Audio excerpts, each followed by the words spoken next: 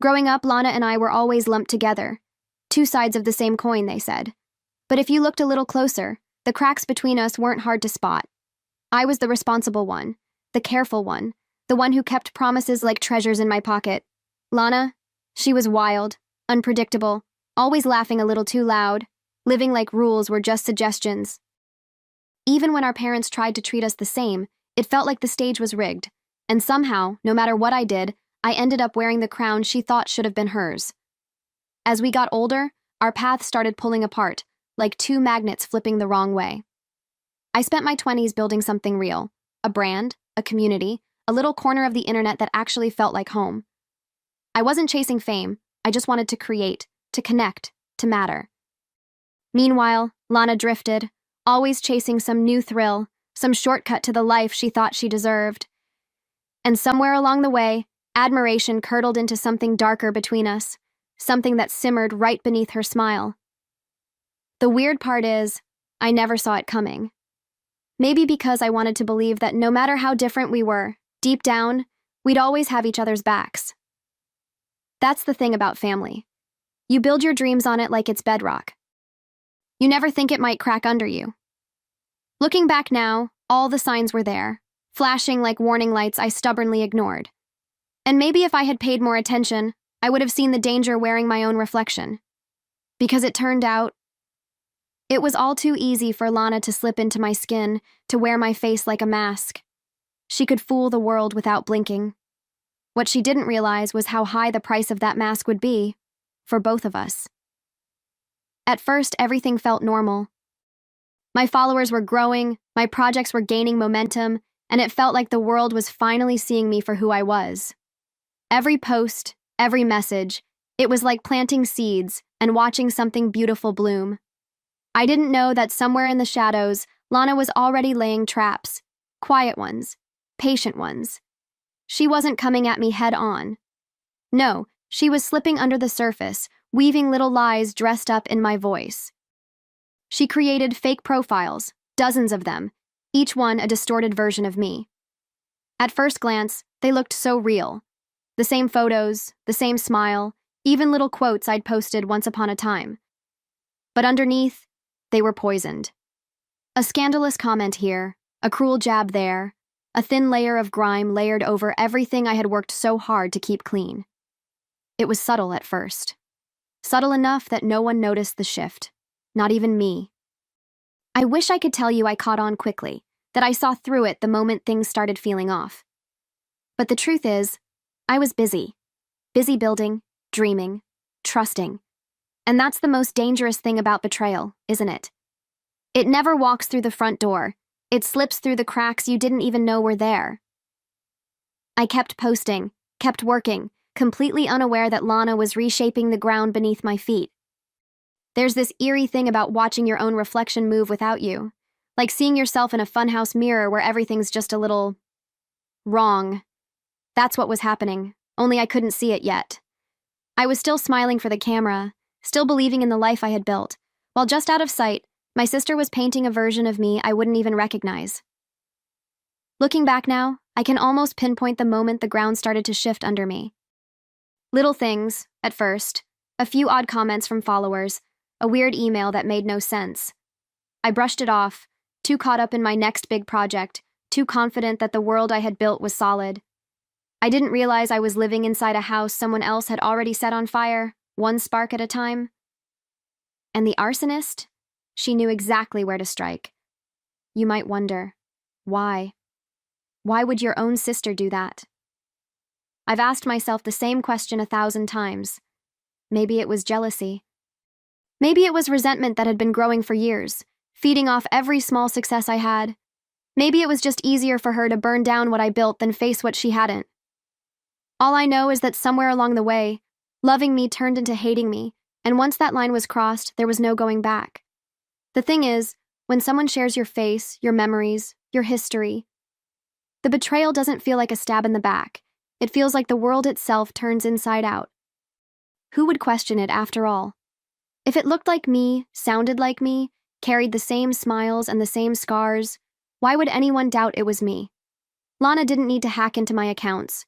She just needed to hack into people's trust. And she did it brilliantly. It was easy for Lana to wear my face. That part came naturally to her. What she didn't see coming, though, what none of us did, was how heavy that mask would become. And the cost of wearing it. Well, that's where everything really started to unravel. It started small, like the faintest crack in a mirror. A few followers dropping off, a couple of rude messages that didn't quite make sense. I told myself it was normal. The internet could be brutal sometimes. Thick skin, right? That's what everyone says you need when you put yourself out there. But the thick skin didn't stop the uneasiness that started curling in my gut, whispering that something was wrong, that something was coming I couldn't see yet. Then the emails started rolling in. Brands I had partnered with, ones I had spent months, even years building relationships with, suddenly ghosted me. Some sent cold, clipped messages. "We regret to inform you." I'd sit there staring at the words, trying to make sense of it, feeling this slow, rising panic crawl up my spine. It wasn't just rejection. It was like being erased, like the version of me they had trusted wasn't there anymore. I remember one night, sitting at my kitchen table, scrolling through my messages with shaking hands. Angry DMs, screenshots, people accusing me of saying things I would never, ever dream of. Words twisted into knives, opinions shoved into my mouth that weren't mine. Every ding of a new message felt like a punch to the chest. I kept thinking, this isn't happening. This can't be real. But it was real, and it was gaining speed like a storm I couldn't outrun. The worst part? I had no idea where it was coming from. No warning, no explanation. Just this tidal wave crashing over everything I had built while I stood there, drenched and confused, trying to piece together what had gone so horribly wrong. And somewhere, hidden behind a fake smile, Lana was watching it all unfold, and smiling for real. It wasn't until a friend, someone I trusted like family, sent me a late-night message that everything really snapped into focus. She didn't say much, just a few words and a handful of screenshots. "Is this you?" she asked. My heart sank before I even clicked. There it was. My name, my face, my words. Only twisted into something ugly. Something cruel. Posts filled with offensive comments. Arguments I had never been a part of. Opinions I didn't even recognize. I remember just sitting there numb, scrolling through the screenshots like I was flipping through a nightmare. Every word felt like it chipped away at the person I had fought so hard to become. It wasn't just the hate. It was the realization that people believed it. People who had followed me, supported me, trusted me, turning away like I was some kind of stranger. And the worst part?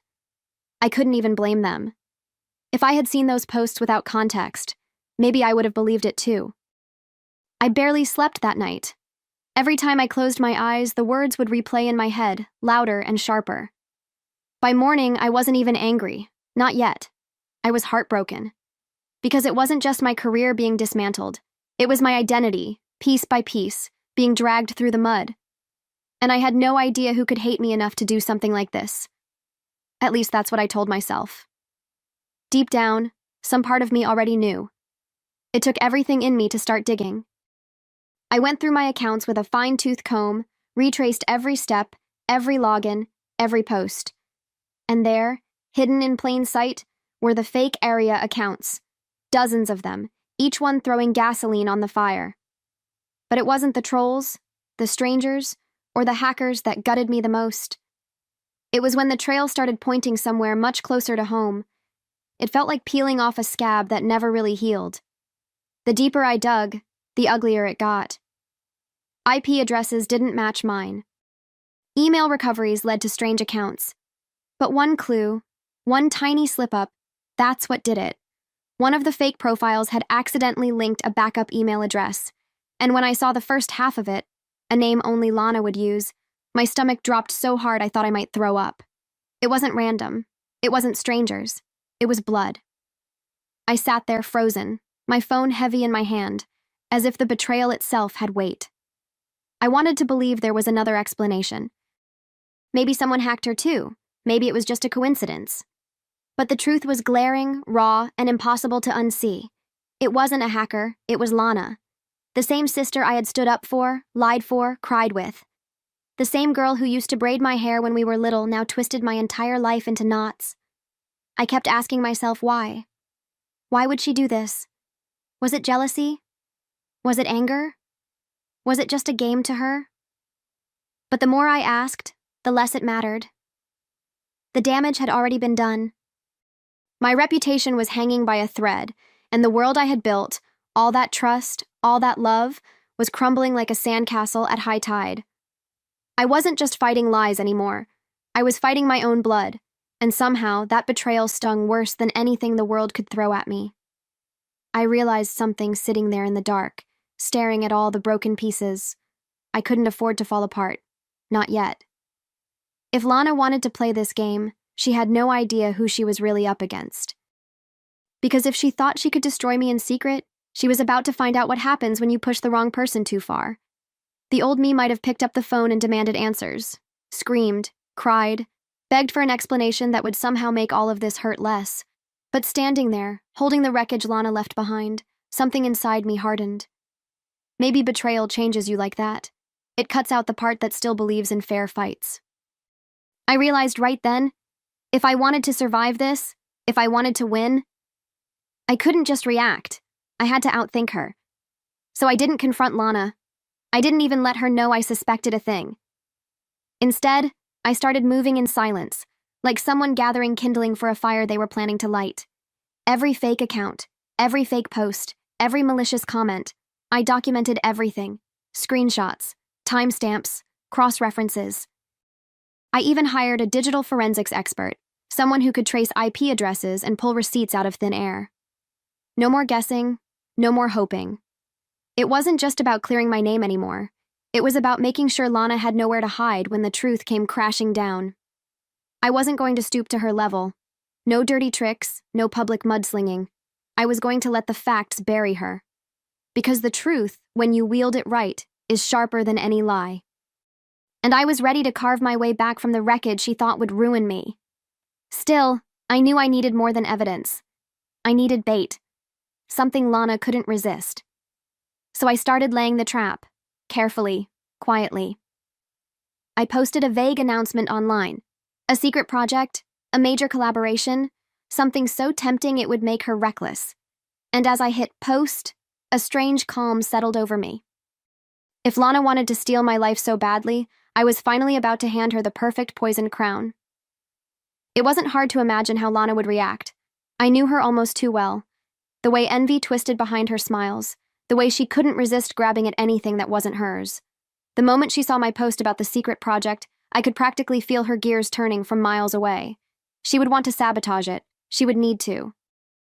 That craving to win, to destroy, was stitched too deep into her by now to ignore.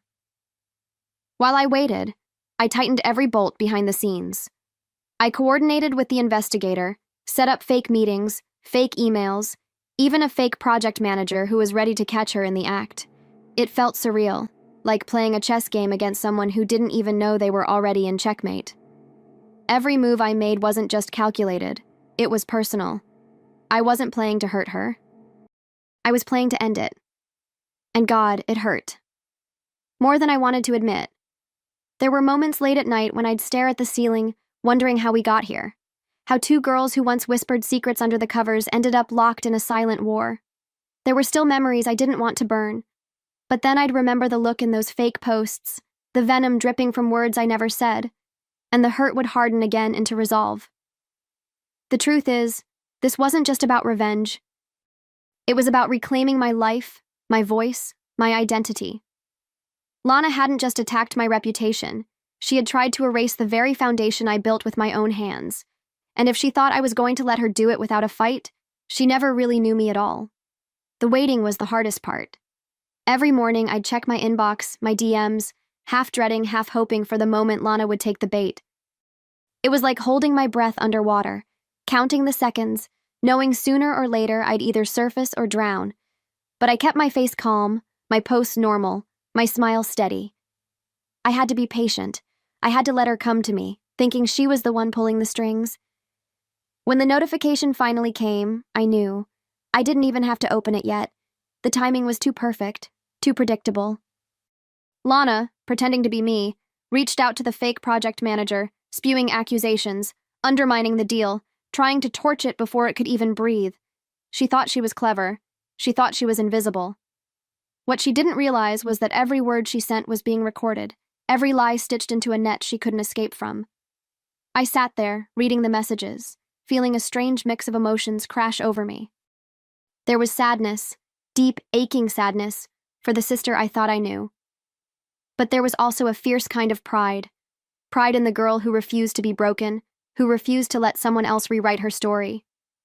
For the first time in weeks, I felt like I could finally see the road ahead, and this time I wasn't the one stumbling in the dark, because the pieces were finally in place. The evidence was undeniable. Lana thought she had buried me. She didn't realize I was planting seeds.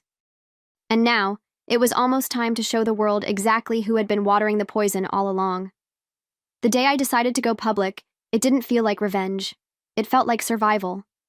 I wasn't interested in dragging Lana's name through the mud or starting some ugly family feud for the world to gawk at. I just wanted my life back. My real life. Not the broken reflection she had been parading around like a trophy. So I sat down in front of my camera. No makeup, no polished lighting, just me and the truth. Raw and undeniable. I remember hitting record with my heart hammering so loud it nearly drowned out my thoughts. But once I started talking, the words came easy. I wasn't angry. I wasn't bitter. I was steady, almost heartbreakingly calm. I told my followers what had happened, not with rage, but with sorrow. I showed them the evidence, screenshots, timelines, conversations. I connected the dots carefully, like someone laying out pieces of a shattered mirror for everyone to finally see. I never said her name. I didn't have to.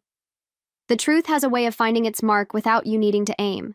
I wasn't looking for pity, and I wasn't begging for forgiveness from people who had turned away.